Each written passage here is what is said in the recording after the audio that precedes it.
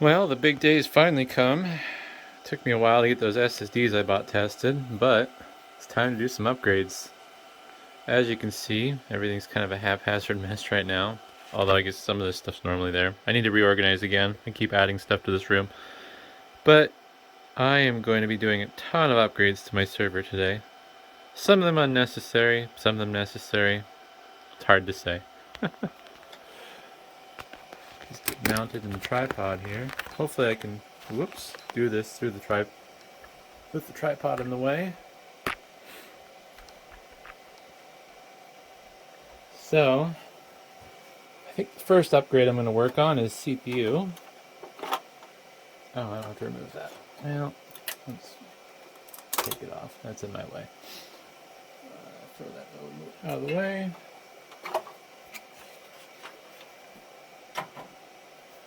And I forget what I started with, and I don't remember what I'm going to. So, that's great.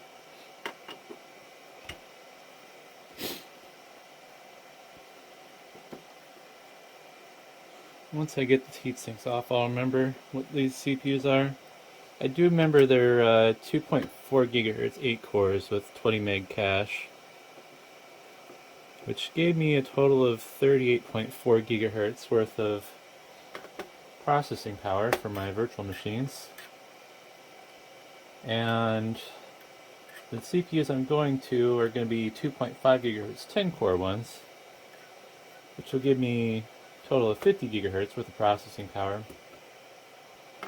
Only reason I'm upgrading is because I already have the CPUs. I pulled them out of a different server that I didn't want to keep. I'll be selling that one once I get it tested and everything. So, yeah, this will be a nice little upgrade. Oh, and you'll have to forgive me if I'm sniffling. I have allergies that are being a pain today. It's allergy season, of course. No, always allergy season. Spring and fall. It's fun. Alrighty. These are always fun to get out. Ooh, don't do that. The thing I hate about the paste Dell uses is sometimes it bleeds out over the edge and it leaves crusty stuff. Let's see if I can get this out. Damage socket. So the CPU will try to lift out with the latch. Also, then thermal compound gets everywhere, but I think I got lucky and it all stayed on the CPU.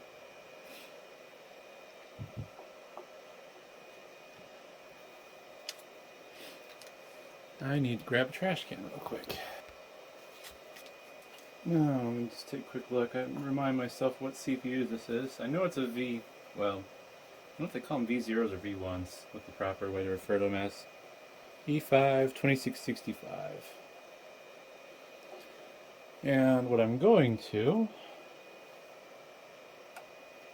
Gotta put this screwdriver somewhere else. Not the best workspace. is... E5-2670 V2. I kind of wish I had faster DDR3 because this will support the 1866 megahertz stuff, but I don't have enough to do what I'd want at minimum, which is 128 gig. I am actually upgrading this server today to 256 gig, and there's no good reason for it. I'm just doing it because I can. I guess that is a good reason, but... Oh. I'm going to get the worst of the thermal compound off, and then... I might not even need my nice alcohol wipe, but I think I'll use it anyways since I want to be thorough, get this done nice.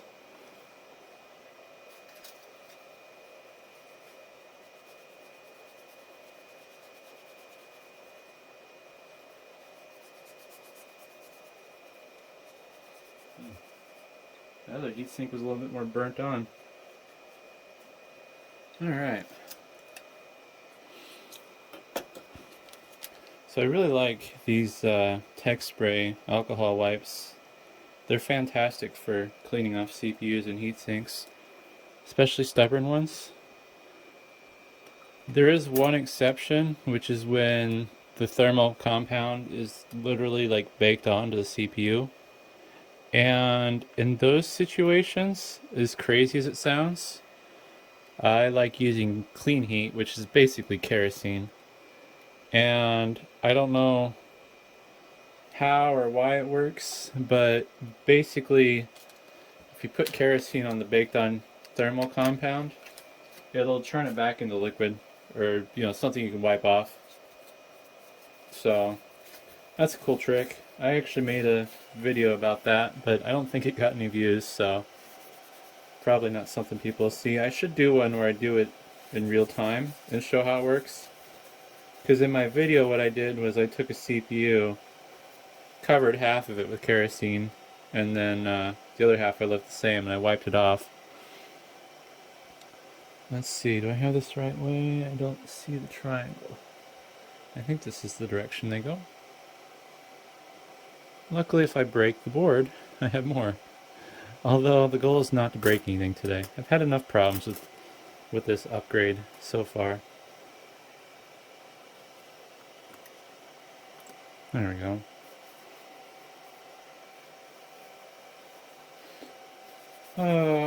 Yep, the goal is plug everything in, power it on, wait for life cycle controller to take forever to figure out whatever his hardware change was.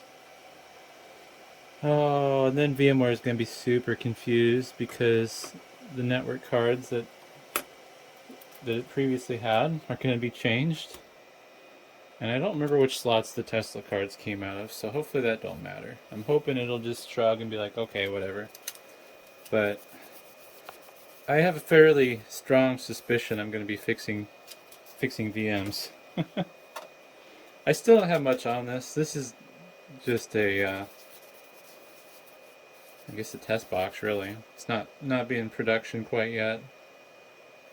I am doing, I guess, some more production stuff with this, since this is going to become my primary storage array. I'm going solid state with my storage array, and then 10 gig for networking, which I'm excited for. I don't need it. I just learned recently the hard way that I can't do backups and use my storage array at the same time, so yeah. The cheaper way would have just been to do some link aggregation, but I decided that going solid state would be more fun. Just realized I don't remember which memory slots I'm supposed to put the additional memory in. We're gonna do this the super official way. Alrighty. Let's see here. Hopefully this will actually run cooler than the old compound was. It's not that I had thermal issues, but cooler's always better, right?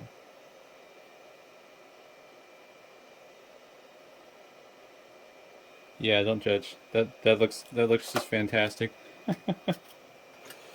I'm probably gonna screw it down and then double check. These socket 2011 CPUs have so much more surface area. They're a lot more challenging to repaste, in my opinion.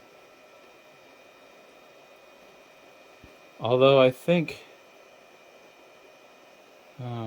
which ones? Those Ryzen Epic ones are even bigger than this. I don't think the current gen socket 1200 CPUs are that much bigger than the 1150 socket ones. But yeah, these socket 2011s, I don't know why, it's just fun holding a big CPU. I guess it's a compensating thing. Oh man. Alright, screwed it down. Now I'm going to unscrew it. That's a shame. Just noticed this has a used CMOS, or not a used, it has what's probably the original CMOS battery. Well, no, I bought some Maxell stuff before. I think I replaced the CMOS battery in this previously. Hopefully. It's not, I don't like that. This generally doesn't get powered off, so shouldn't be that big of a deal. Cover the, there it is, I missed.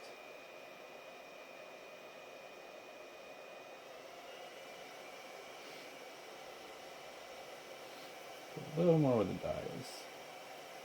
Also, this is dirty. Compound with scripts off. There we go. Alright, that should be enough.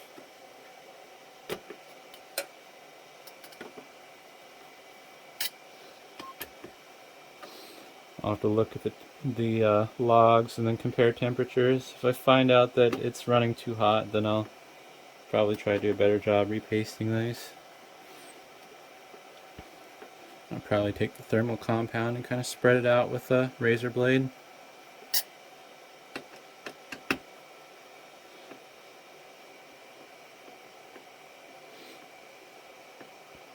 Once I'm done with this upgrade, what I'll probably do is try to hit the CPUs and GPUs real hard and see what it does.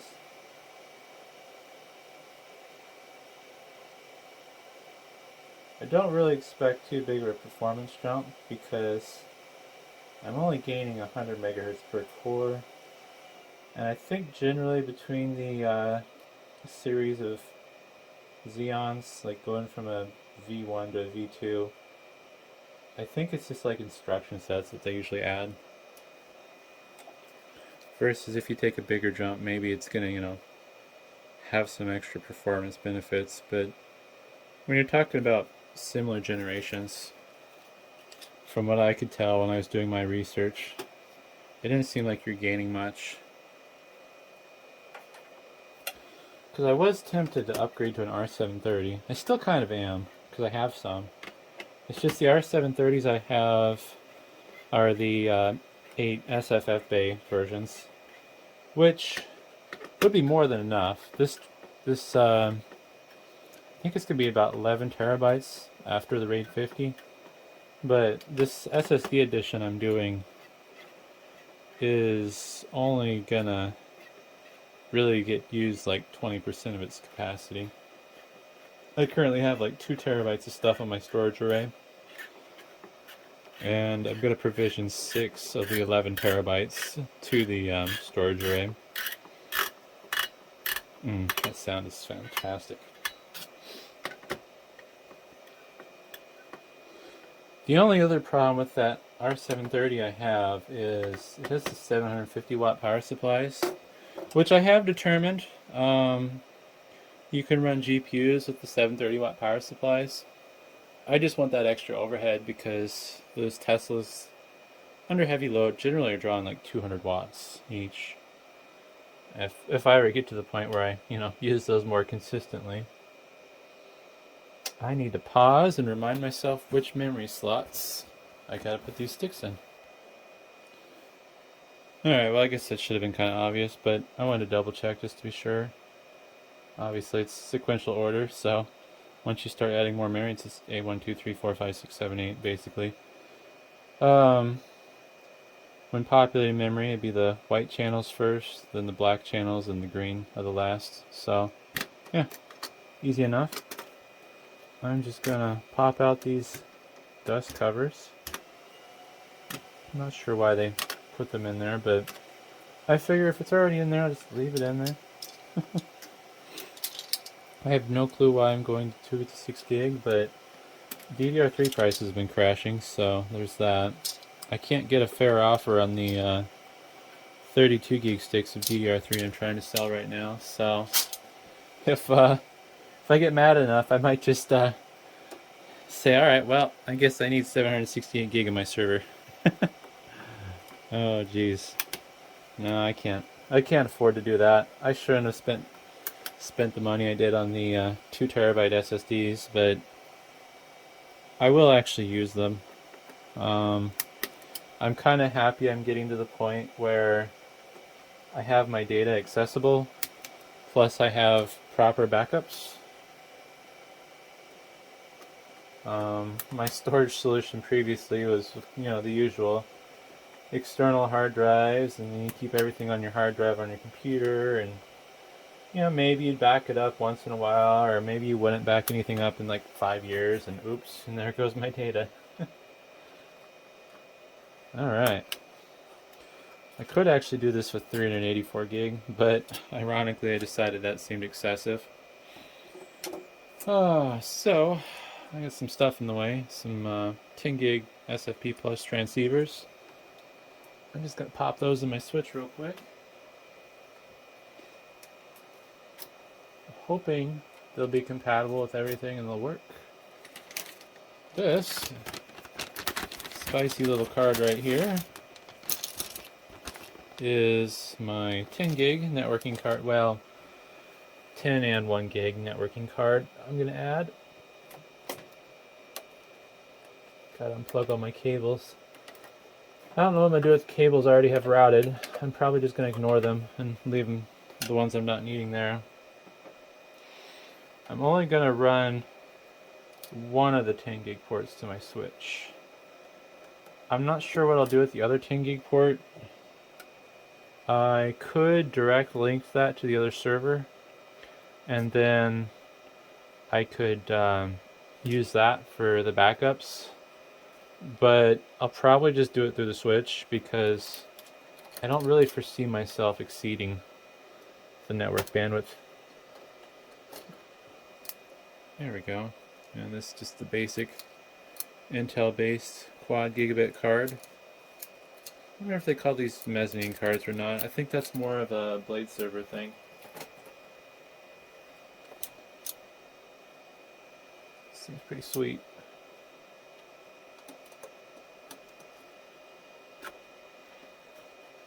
Pretty excited about this. Uh-oh, what's going on here? There we go.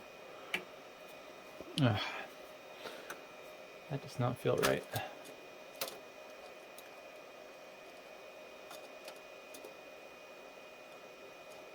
I may have to, oh, there we go. I think that's in. No, it still doesn't feel right. I don't believe I have any of these R720s that were configured with this 10 gig card. This particular one came out of an R820. I know my R730s I have the 10 gig cards, so I might need to refer to one of those and see if there's something I'm doing wrong here, because that just doesn't want to line up. I don't think there's any weird keying or anything. I know that these 10 gig cards are compatible with these servers, at least according to eBay, and I think the service manual also mentions them.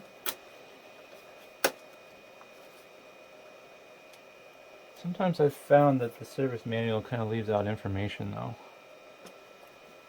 Like, I never could find anything about the GPU enablement kit. Oh, there we go. Crunchy. It's in though. The server's going to have 10 gig networking, and I don't have to sacrifice any slots. That's actually the best part about this, because I'm using up, 4 of my slots for the Teslas, which is kind of a shame. But I still have these 3 low profile slots, and I don't know what's going to happen with those. I haven't really run into like speed issues, so I considered putting like NVMe SSDs in there, but it just doesn't seem like it's worth it when everything I have is working just fine. Alright, I gotta think here. Memory's in, CPUs are in. Where did I put my cover? Put the cover back on. Should probably dust this out, but I don't feel like removing it from the rack. Alright, I need my power cable. Oh, and these cables I've been making have been working great. Just gotta remember which end goes where. Luckily, with the way I keyed them, although this one not so much, but if you put I like to do the 4+4 connectors on the riser side, because the 4+4 won't plug into the Tesla because the locking tabs are too big. This was one of the, I'm trying to think. I think this is like the second or third one I made. And I used the 4+4 on the Tesla side, so I had to take a razor blade and cut those down so it'd fit. But it's still keyed in a way that'll kind of prevent me from plugging it in backwards, so I'm happy about that. I have one that I made that I'm planning on selling. I was gonna test to see if the Tesla M40 was compatible with the UCS 240 or C240 M3 that I have, but then I decided that I'm lazy and building the Tesla VMs is a lot of work. I was gonna make a video for how to build a virtual machine with the Tesla VMs for VMware, but I keep dragging my feet because I'm lazy and I don't want to do it. I don't like doing my own even, so yeah. It's not, I guess it's not that, like, it's that hard. It's just, it's not easy either. It's not like it's just point and click. It takes some extra steps. Alrighty. Saving the best for last, by the way. Even though the 10 gig's probably the star of the show.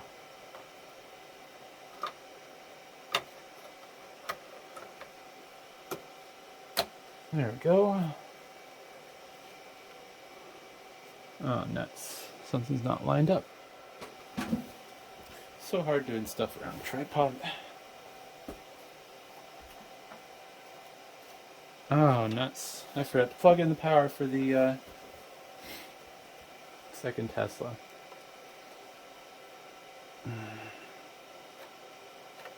There we go.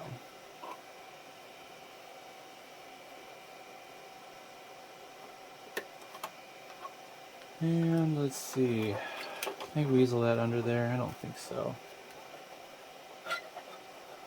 They really don't give you a lot of clearance to work with when installing these cards. That's the thing I hate about them. They're so tight to work with.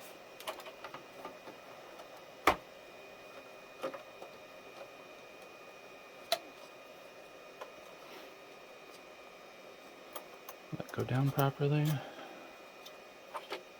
I think it's in place. Also, I don't know why, but the little alignment tabs for riser 3 are just slightly off.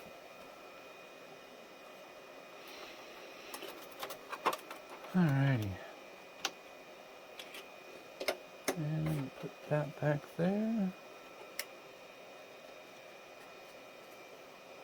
Those are kind of pointless since these cards are fairly stout, but let's just double check here. Nope, those don't go anywhere. Alright, so I upgraded my CPUs and memory, 10 gig, and now the exciting part. This isn't gonna want to go in very nice. I'll just use your moving tripod.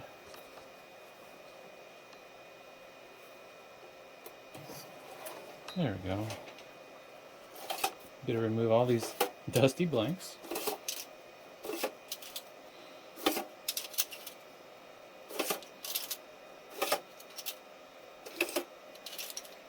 Find some to throw. And these are the stars of the show. So they're 1.92 terabyte Intel DC S4500 series SSDs. And so testing these took 2 days because the first round of testing failed because of stupid brownout. Because have power issues in this small town. I don't know why. Every time there's a storm, the power will just dip out once for like 3 seconds. Every time, never fails. And it's weird because you'd think, okay, well, if this is triggered because of extreme weather, it'd dip out more than once during the extreme weather, but nope, just once. So I think I was like 8 hours in of testing on that one, and then yeah, I had to start over. So I moved the computers I was testing these with to my battery backups, and of course, stupid Windows updates got me. So that was another 10 hours of testing that went down the drain. And then the third time was the charm, luckily. I got them tested, but I was hoping to get them tested earlier than they did, so I ended up staying up till like 4 a.m. watching them, making sure that nothing would go wrong. Then finally I gave up, and it's like, well, these last year at 96%. If something happens, it's whatever. I'm just gonna assume they're good. The buyer or the person I bought them from said they're good, and the health on these are insane. They're showing 100% health. These particular drives are rated for a theoretical 1700 full drive wipes, so these drives are going to outlive me with how I'm going to use them probably. Even my 480 gig drives, pull this one out. So I'm using these S3500 40 gig drives, and there's no way that I'm ever going to wear one of those out. We'll find out. Just want to double check something. Alright, never mind. So I got to hook some stuff up now and do some configuration. Well, time for the power on. Let's hope it doesn't go up in flames. Alright. That's a good start. Gosh, that thing's full of SSDs. That's so cool. I never would have imagined having this much power in a single box. I've been kind of tinkering with this server stuff now for a year. Oh, my rack KVM's not on. Or not rack KVM, my rack console. Oh. There we go. And up. It's doing something. Oh, it's gonna take forever. I gotta wait for life cycle to do stuff. But I think the transceivers I'm using and the fiber optic cable I'm using should be fine, because the switch is showing a connection at least. Whether it'll pass network traffic, we'll find out. Probably should pan down. But yeah, next step will be configuring the RAID 50 on those drives I added, and then fixing all my VMs that are going to be upset. Sadly, this server is going to be down probably for a little longer. I don't know how long it's going to take to build that RAID 50, but I don't imagine it's going to be fast, considering how much capacity is there. So, yeah, I'll be back once it's done. Well, things are a little bit more noisy in here now, which is unfortunate. I gotta figure out what's going on with that, but slowly getting the RAID initialized. It's actually going faster than I thought it would. I think it's been running for about 5 or 6 minutes now, so I'm guessing if I'm lucky this will be done in 2 hours.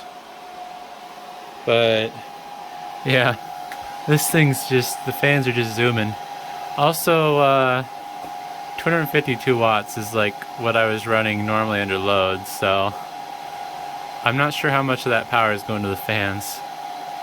But lots of pretty blinky lights now while those are working. Also, there's another minor upgrade I'm going to be doing, which I forgot about. And this is an Intel 10 gigabit network card, and that's going to be going in my other server, which is a R520. I don't know if I'm going to keep using that R520 or not, though. I might swap it out for a LFF Bay R720. I don't know why, but it's just something I've been kicking around. But yeah, I need to upgrade that next. Well, this should be the easier of the two upgrades. I should double check and make sure this is off, though. I think it is. Yeah. Just gotta unplug it. And then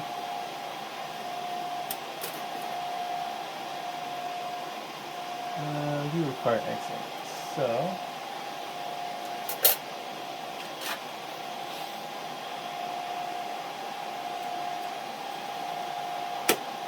there we go. That was easy, kind of. Now I gotta wait for this one also to reconfigure and do its thing. There we go. Oh, not quite. Maybe? I don't know. Oops.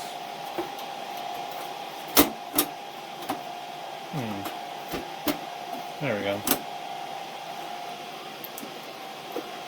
Oh, busy day for the servers, that's for sure. Holy cow. And release. But yeah, I'm gonna have to figure out why that R720 is so unhappy.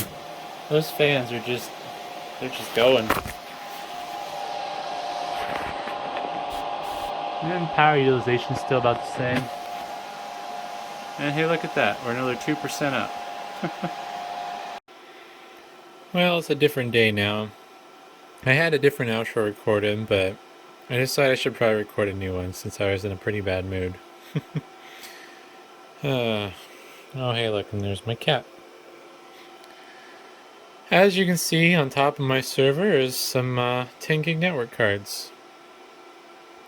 I ended up wasting all day yesterday trying to figure out what was going on, but it turns out that these Intel X520 based 10 gigabit SFP Plus network adapters require you to use Intel SFP modules. There's some ways to, I guess, hack the EEPROM or whatever and make it work with anything, but I didn't really understand what people are doing or how to do it, so I didn't want to fry the cards when I could sell them. So, yeah, I'm kind of bummed about that. Also, I figured out why the fans were running high. That little plastic bit there is the intrusion switch on Riser 2. It popped off. Well, snapped off, but yeah. I don't know how that happened. I checked through the video and it was already broken before I started recording the upgrades, so I must have damaged it when I was messing around inside or something.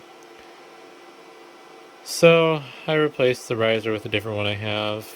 This one I'm probably gonna see if I can super glue that little bit back in.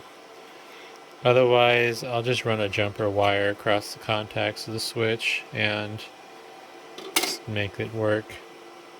Then I'll probably just use it in my personal server for home because I don't really care. I doubt the thing's gonna overheat with the top off without high fan speeds, so yeah. So yeah, that's kind of that there. Server's running, everything's back the way it needs to be, and it's settled down. Got a few VMs running on it. It's only using 200 watts basically. These drives are set up in the data store, ready to be provisioned to a TrueNAS box once I build that. This is probably going to get swapped out. I think I'm going to change it out for an R720. There's a Intel i350-T4 quad-port gigabit network card in there, but VMware is not recognizing it as a physical NIC, and I don't know why. I tried passing it through to TrueNAS, but it was failing some error regarding some checksum or whatever, so I can't figure out what the deal is with that. I believe the drivers for that card should be built in a FreeBSD, but it's kind of whatever. I'm kind of getting fed up with these Intel cards.